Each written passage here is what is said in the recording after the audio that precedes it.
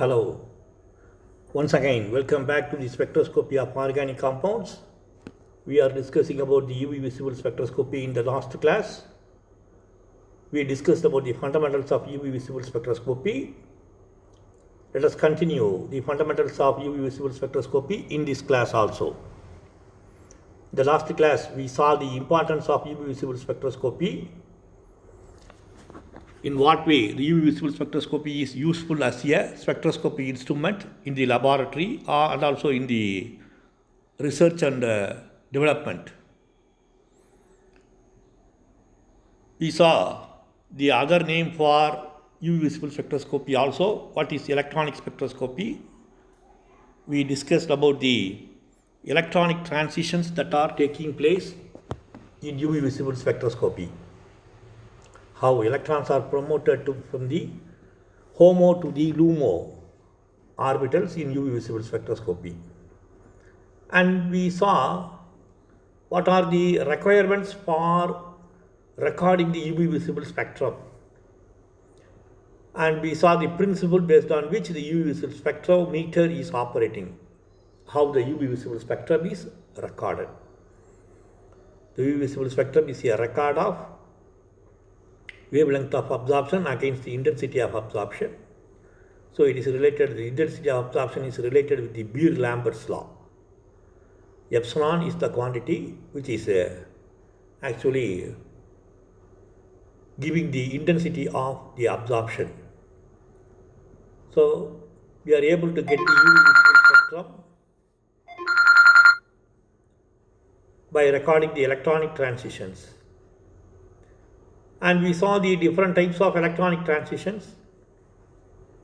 What are the different types of orbitals that is available in an organic molecule? A sigma bonding orbital, a pi bonding orbital, a non-bonding orbital, pi star anti-bonding orbital, and sigma star anti-bonding orbital. The orbitals are arranged in the increase of their energy, and we have discussed the electronic transitions from the lower level orbitals to the higher level, that is anti-bonding orbitals. And we saw how the electronic spectrum is obtained. The electronic spectrum is obtained in the form of a continuous line that is called as the band envelope. Why the band envelopes are obtained in UV visible spectroscopy? We saw the reasons. The rotational and vibrational levels are superimposed on the electronic levels. So, because of that, we are getting a continuous line. And we saw the electronic transitions.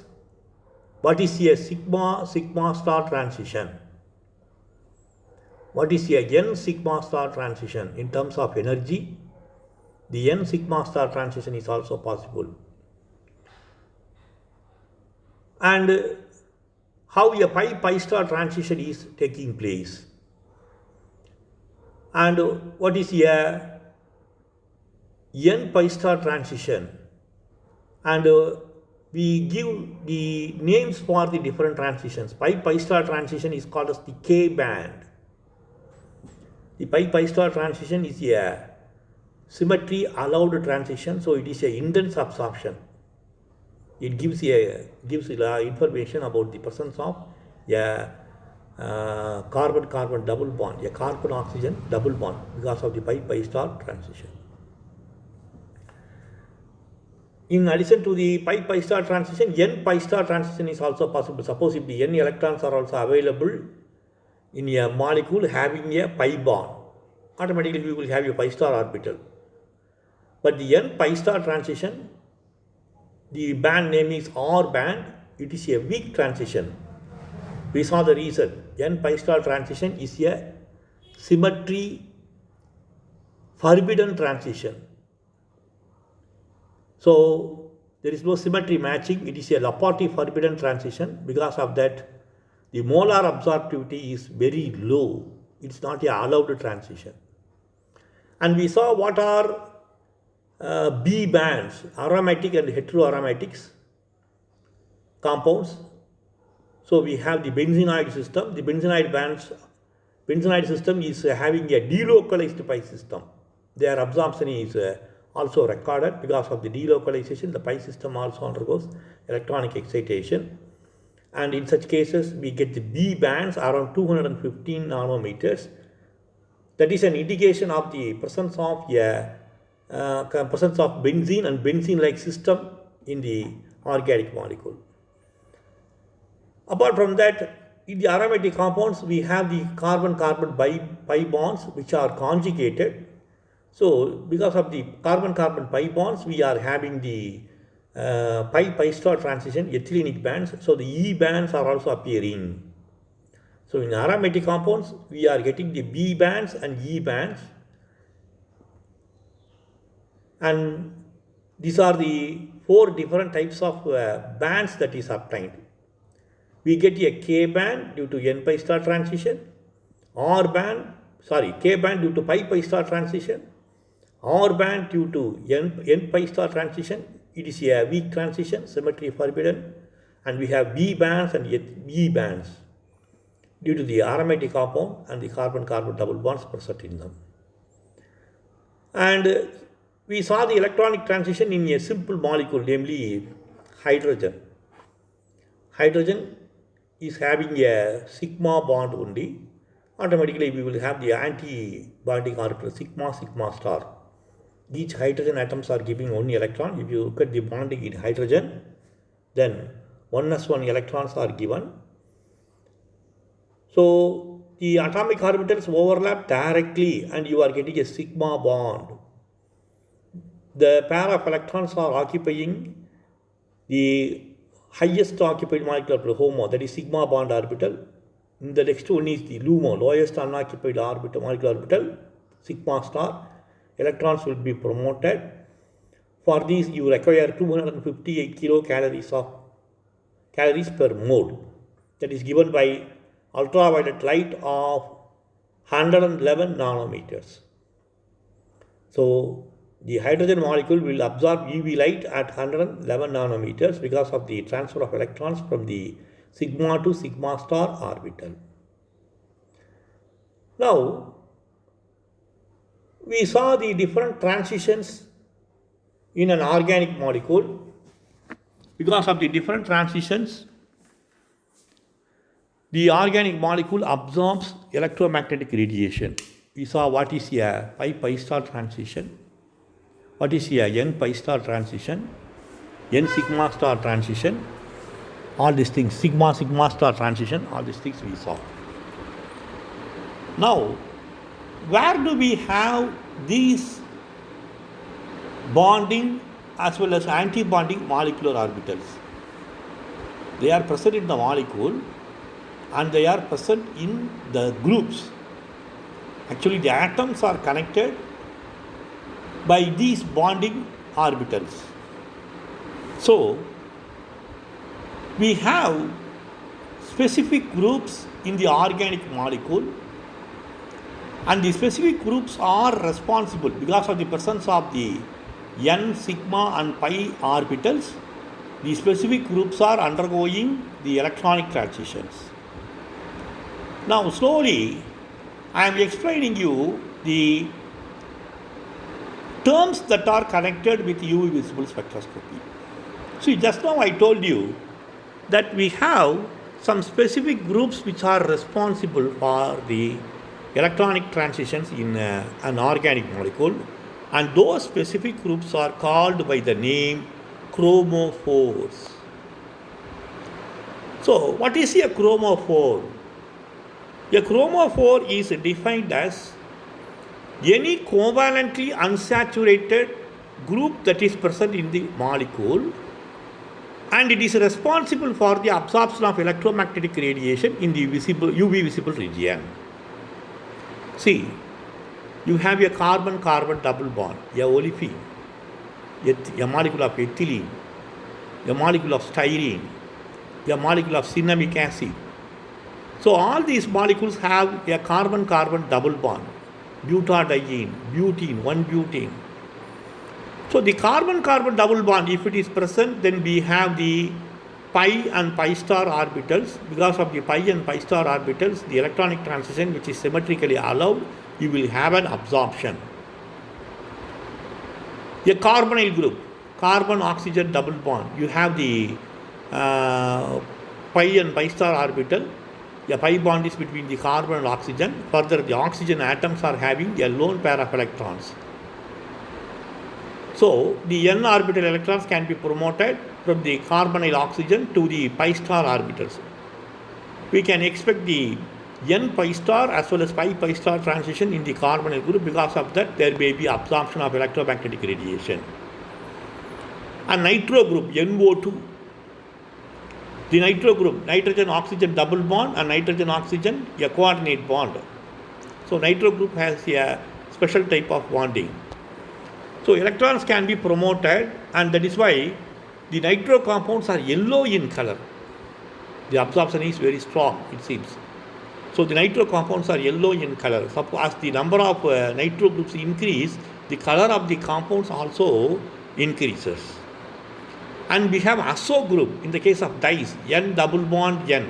In the case of dyes, we have the azo group, and the azo groups also vary in their absorption in the electromagnetic radiation. So they are also responsible for the absorption of electromagnetic radiation. They are also chromophores. So what is a chromophore? Any covalently unsaturated group that is present in the organic molecule and that is responsible for the absorption of electromagnetic radiation in the UV visible region is called as a chromophore. Carbon-carbon double bond is a chromophore. Carbon-oxygen double bond is a chromophore. N double bond N, azo group is a chromophore. Nitro group is a chromophore. In addition to the chromophores, in the organic molecule, we have come across various substituents. Substituents like hydroxyl group, amino group, chlorine, other halogens. So we have good number of substituents that is found in the organic molecule. The presence of substituents may also influence the absorption of these chromophores in the UV visible region. Sometimes the wavelength of absorption may be increasing. Sometimes the wavelength of absorption may be decreasing. The intensity of absorption may be increasing. The intensity of absorption may be decreasing. So, we have substituents which are able to offer these effects in the absorption of the chromophores. They can influence the wavelength of absorption as well as the intensity of absorption. So, the groups, in addition to the chromophores, the groups which are capable of influencing the absorption of the chromophores are called as oxochromes. Hydroxyl group is an oxochrome. Amino group is an oxochrome. Halogen substituents, they are all oxochromes. So what are oxochromes? Oxochromes are substituents which are present in the organic molecule in addition to the chromophores and which are capable of influencing the electronic transition in the chromophores. And we have four more terms which we have to understand in the UV visible spectroscopy. See, first we have a term, namely bathochromic shift or redshift. shift. What is the meaning of this bathochromic shift or redshift? shift? See, I told you, because of the presence of oxochromes, the wavelength of absorption of the chromophores can be influenced.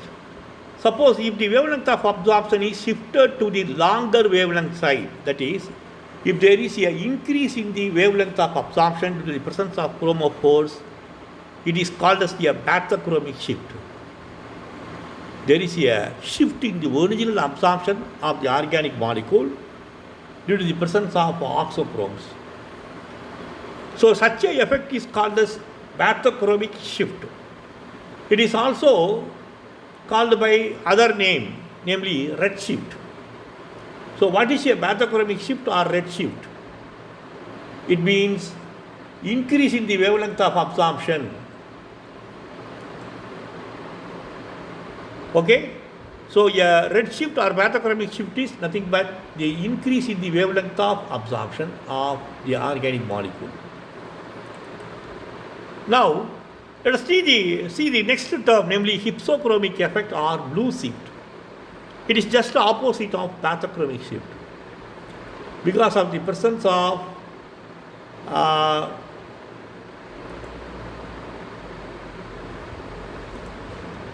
oxochromes, if the wavelength of absorption of an organic molecule or due to some structural effects, if there is a decrease in the wavelength of absorption, then it is called as a hypsochromic effect.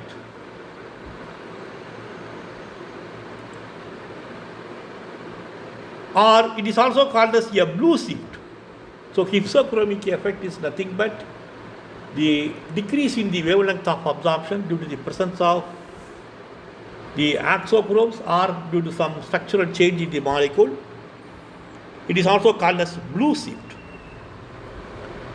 The third term is hyperchromic effect. What is the meaning of hyperchromic effect? See, due to the presence of oxochromes, if there is an increase in the intensity of absorption, then that is called as hyperchromic effect. The intensity of absorption is increasing. Say, if we have an intensity of absorption of order, say 10,000, 10 to the power 4, that itself is a allowed transition. If the intensity of absorption is around 10,004, that means it is a symmetry allowed transition. We can clearly see the transition in UV visible spectroscopy. Suppose if it is increased to 20,000 or 30,000 due to some due to the presence of a oxochrome or due to some structural effect, it may be conjugation, whatever it may be. It is called as a hyperchromic effect. Increase in the intensity of absorption at a particular wavelength. At the same time, if there is a reduction or decrease in the intensity of absorption, the original absorption is of the order say 10,000. Suppose if it is after the introduction of a group or some structural change, if the absorption decreases to say 5,000 or 3,000 or a few hundreds, then it is called as hypochromic effect. So, the decrease in the absorption intensity is called as hypochromic effect. So, these are the basic terms that we have to learn in UV visible spectroscopy. These are the basic terms. We saw what is meant by a chromophore. Any covalently unsaturated group is called as a chromophore, a carbon-carbon double bond. Azo group, nitrogen-nitrogen double bond. Carbonyl group, azo group is present in dyes. Carbonyl group, carbonyl compounds, cinnamaldehyde, cinnamic acid, acetophenol. And we have the nitro groups present in the molecule, picric acid, trinitrophenol is our picric acid, nitrotoluene, TNT, trinitrotoluene. So, the presence of a covalently unsaturated group that is responsible for the absorption of electromagnetic radiation in the UV visible region is called as chromophores. What are oxochromes? They are additional groups. They are influencing the absorption of the chromophores, and such groups are called as oxochromes. Bathochromic shift is the increase in the wavelength of absorption to the longer wavelength side. That is called as a redshift in UV visible spectroscopy. Hypsochromic effect is a decrease in the wavelength of absorption, reduction in the wavelength of absorption, that is called as blue shift. And hyperchromic effect is increase in the intensity of absorption due to the substituent effect or some other structural change, and the hypochromic effect is decrease in the wavelength of absorption. So, these are the 6 important terms we must remember in UV visible spectroscopy. See, the UV visible spectrum is recorded in a solvent. In the gas phase also the UV visible spectrum can be recorded. By dissolving the organic compound in a solvent, the UV visible spectrum is recorded. When you consider the organic solvents are broadly classified into two types, that is polar and non-polar solvents.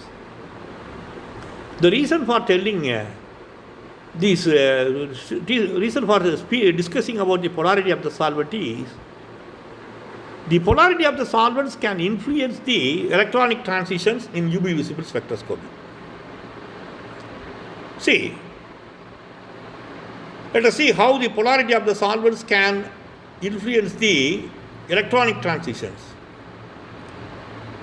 See, electrons are promoted from the ground state to the excited state in UV visible spectroscopy. Pi to pi star, n to pi star, sigma to sigma star. See, the ground state is neutral, whereas the excited state is polar. So, what happens, if you use a non-polar solvent, then it will not affect the electronic transition. On the other hand, if you use a polar solvent, then what happens, the excited polar state of the organic molecule is stabilized and the level is coming down. As a result, the energy gap between the neutral ground state and the polar excited state is coming down.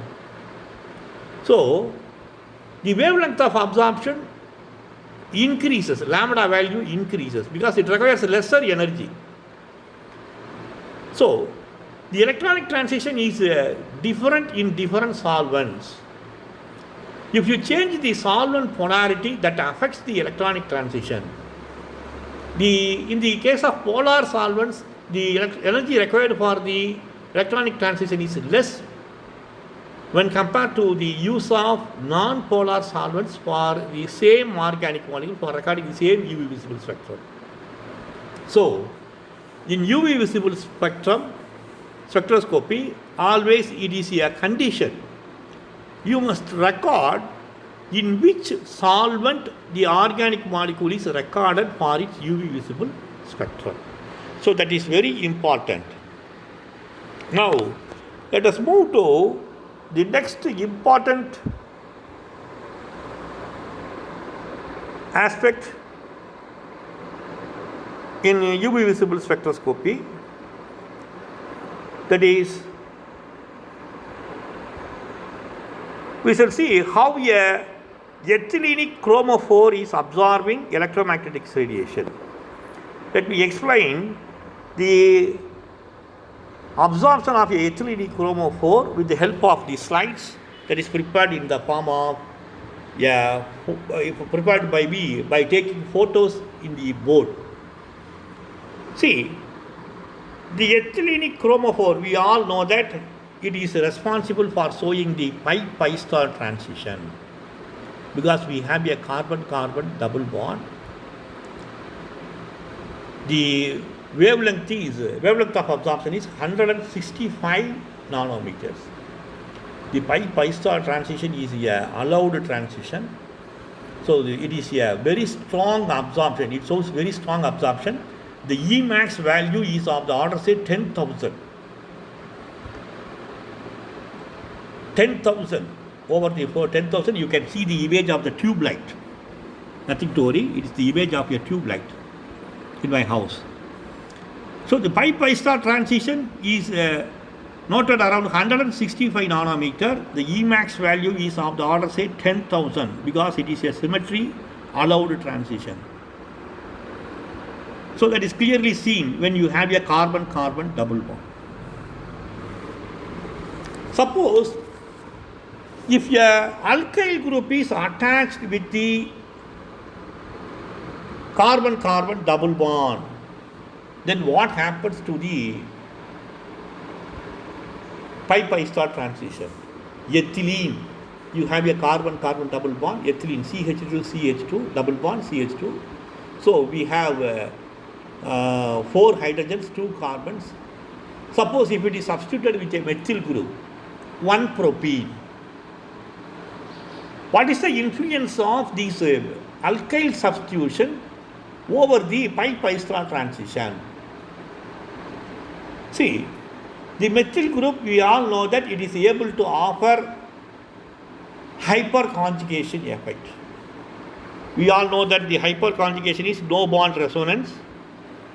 So because of the methyl group and its hyperconjugation, the methyl group is able to drive the electron clouds inside the molecule over which it is attached, inside the organic molecule over which it is attached.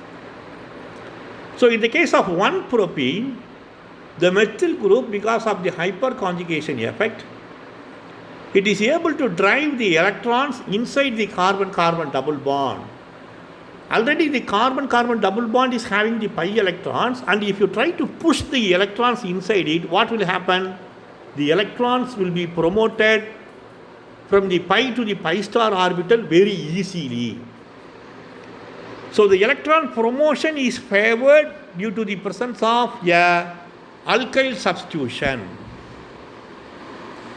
So we are observing an increase in the wavelength of absorption or a bathochromic shift. So as the alkyl substitution increases, the bathochromic shift also increases. So it is a notable observation. If there is a progressive increase with the number of alkyl groups, the compound shows bathochromic shift, increase in the wavelength of absorption. If we have 1 methyl group, considerable amount of bathochromic shift is observed. In addition to that, if you have another methyl group, so 1 propene, 1 methyl group is attached to carbon-carbon double bond. 2 butene, 2 methyl groups are attached. 1, 2, 3, 1, 2, 3, 4 tetramethyl 1, 2 tetramethyl 4 methyl groups are attached over the carbon-carbon double bonds. 1, 1, 2, 2 tetramethyl ethylene. So as there is a progressive increase in the alkyl groups, the wavelength of absorption also increases. So as I told you, it is because of the hyperconjugation. As the number of alkyl groups increases, the hyperconjugation effect increases, and the pi-pi star transition is favored. It is easily promoted. The pi electrons are easily promoted to the pi star orbital as the alkyl substitution increases. So the wavelength of absorption moves to the higher wavelength side. Lesser energy is required. Apart from that, already we saw the term, namely auxochromes. The auxochromes are also able to influence the electronic transitions. They are able to produce the bathochromic shifts.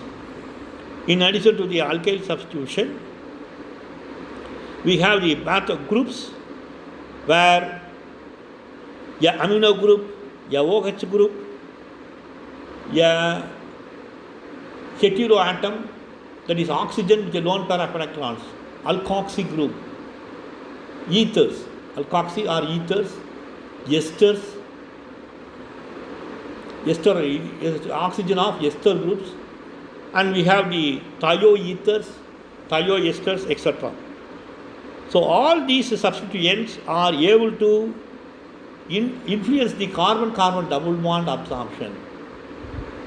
So we must remember all these things. Then only we are able to thoroughly investigate the absorption of a ethylene chromophore. See, the reason for discussing all these things is, later we are going to see the method by which the wavelength of absorption can be theoretically calculated for a compound containing a ethylene chromophore or a carbon-carbon double bond. We are going to do that in the next class. So For that reason only I am explaining all these things. Now let us move to the next slide. See, in the next slide you can see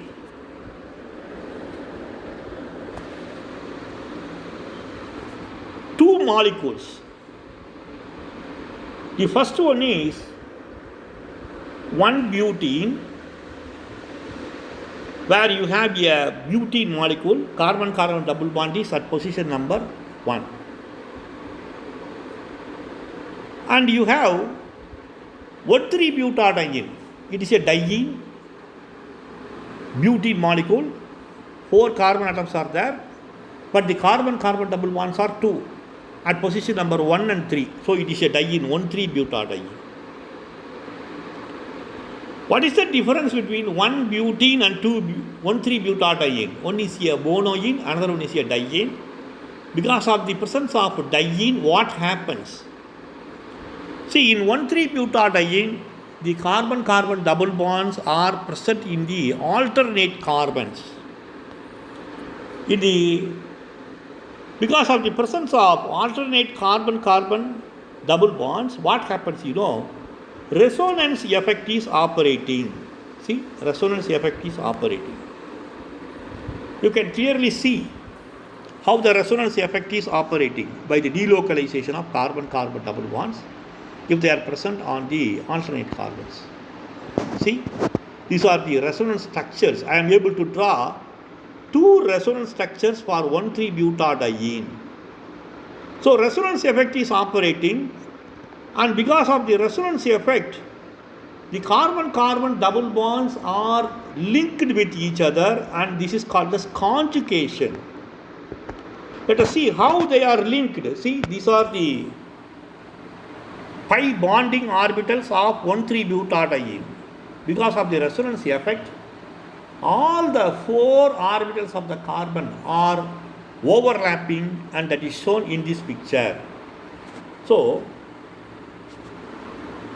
it is called as conjugation. And see, let us see another diagram. See, in this diagram, I am clearly explaining myself is explaining the effect of conjugation. See, because of this,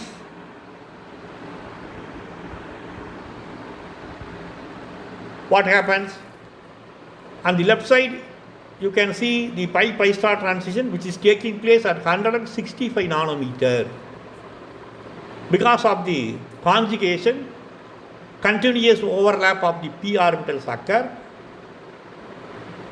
Originally, the pi bond is between 2 carbons. Now, the pi bond is between 2 bi-bonds. They are between 4 carbon-carbon atoms. So, because of that, we have a new set of orbitals, pi orbitals. We have pi 1, pi 2, 2 orbitals, and pi 3, pi 4. They are the antibonding orbitals. That is why they are given the symbol star. See, look at the energy level diagram. From this energy level diagram, it is very clear that the electrons are promoted from the pi bonding to the pi antibonding orbital very easily. See, the energy gap between the pi 2 and pi 3 star orbital is very, very less. So, because of this, the electrons can be easily promoted. So, the energy gap is coming down due to conjugation. So, if we have a carbon-carbon double bond on alternate carbons, it is called as conjugation. Because of the conjugation, resonance effect is operating. So, electrons are easily promoted from the highest occupied molecular orbital, HOMO, to the LUMO, lowest unoccupied molecular orbital. The energy required for the promotion of electron from the pi 2 to pi 3 star orbital is less. So, the frequency of absorption is increasing, the wavelength of absorption is increasing. Originally, in an isolated carbon-carbon double bond, it is 165 nanometers. Now it moves to 270 nanometers. So 1,3-butadiene shows an absorption at 270 nanometer. So this is because of the absorption of electromagnetic radiation in the region, say 270 nanometer, we have the transition. So this is because of the conjugation. So it is how conjugation is affecting the wavelength of absorption in a organic molecule. Now let us go to the tabular column that is present in spectrophotometric identification of organic compounds by Silverstein-Basler. I always refer Silverstein-Basler and I keep it as a standard for my discussions. So it is well and good if you also refer the applications of organic spectroscopy in spectrophotometric identification of organic compounds by Silverstein and Basler. See, in that book, if you go to page number 313, you have table 4. In that table, you will come across the absorption data for conjugated olefins. From that, we can discuss the absorption data for the conjugated olefins. I will give you the absorption data in the next slide. See, here you have the absorption data for the conjugated olefins. 1,3-butadiene is the compound, pi star transition or K band. N pi star transition is your R band. So the K band, a symmetry allowed transition for 1,3-butadiene, it is observed at 270 nanometer. The Emax value is 21,000. Molar absorption coefficient or extinction coefficient is 21,000. The solvent used is hexane. Cyclohexane can also be used. Hexane, cyclohexane, they are found in the vapor state. So in the vapor state only the spectrum, U visible spectrum is recorded for 1,3-butadiene. Look at the U visible absorption of 2,3-dimethylbutadiene. We have two methyl groups in the position number 2 and 3. So 2,3-dimethylbutadiene has two methyl groups. We all know that the alkyl substitution increases the wavelength of absorption. A bathochromic shift is produced. So because of that, the wavelength of absorption is shifted to 226 nanometers. 1,3-butadiene, original absorption 270 nanometers. 2,3-dimethylbutadiene, the wavelength of absorption is 226 nanometers. There is an increase in the wavelength of absorption. Bathochromic shift or red shift is observed. The Emax value is also increasing, 21,000 to 21,400. So hyperchromic effect is also observed. The solvent used for recording the spectrum is cyclohexene. The next molecule is 1,3,5-hexatriene. It is a triene. You have additional conjugation. So in addition to 1,3-butadiene, that is the basic chromophore responsible for the absorption of electromagnetic radiation in diene system. In addition to that, we have another carbon-carbon double bond because it is a triene, 1,3,5-hexatriene. The molecule, namely 1,3,5-hexatriene, shows an absorption at 3 places, that is lambda max value, wavelength of absorption at 253, 263 and 274 nanometers. All of them are symmetry allowed transitions, strong absorptions. The epsilon value is of the order, say 50,000s for 1,3,5-hexatriene. It is all because of the additional conjugation. So as the number of carbon-carbon double bonds increases, the wavelength of absorption also increases, the intensity of absorption also increases, provided if the carbon-carbon double bonds are conjugated. So in general we can say as conjugation increases, wavelength of absorption as well as intensity of absorption also increases. And we have another molecule. See, this is a diene, but it is a cyclic system. See, 1,3-butadiene is a straight chain system. The wavelength of absorption is 217, whereas cyclohexadiene, it is a cyclic system, it is not a straight chain system. It is a cyclic system. Here we have the carbon-carbon double bonds which are conjugated, but the wavelength of absorption is still higher. See, it is noted around 256 nanometers. So basically, the wavelength of absorption of a diene, if it is present in a straight chain compound, and if it is present in a cyclic system, they are different. We must remember that. So, as the system becomes cyclic, the structural complications increases. The double bond system is connected with the alkyl substituent. That the remaining part of the molecule is just like our alkyl substituent. So, because of that, the wavelength of absorption is noted at higher value, say 256 nanometers. So, we must remember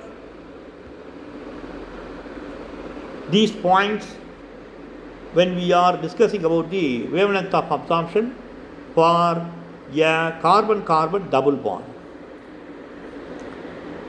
The next one is a ethylene chromophore only, but look at the isomers. See, we have a cis isomer. If the substituents are on the same side, if the substituents are identical, and if they are on the same side, then we have a cis isomer. If the substituents, identical substituents, if they are on the opposite side of the carbon-carbon double bonds, it is called as a trans isomer. If you record the UV visible spectrum, then the cis and trans isomers are different. They differ in their wavelength of absorption. The cis and trans isomers, they differ in their wavelength of absorption. See, the trans isomer is absorbing at a higher wavelength. The lambda max value is higher. And the molar extinction coefficient value, Emax value, is also higher. So, this is in comparison to the cis isomer. The reason is the cis straight, in the cis straight, the substituents are on the same side. Because of the presence of the substituents on the same side, then the transition moment of the carbon-carbon double bond is a little bit affected. Whereas, if the substituents are on the opposite side, then the carbon-carbon double bond and the remaining part of the molecule is more symmetrical. If the substituents are on the opposite side, then the transition moment of the carbon-carbon double bond is not affected due to the presence of substituents and its bulkiness, we can say. So, a cis isomer finds it very difficult to promote the electrons to the pi star orbital when compared to the trans isomer. The trans isomer, because of its greater transition moment, it is able to promote the electrons to the pi star orbitals very easily. So, the lambda max value is higher for the trans isomer than the cis isomer. So, based on this, we are able to distinguish the cis and trans isomers in UV visible spectroscopy.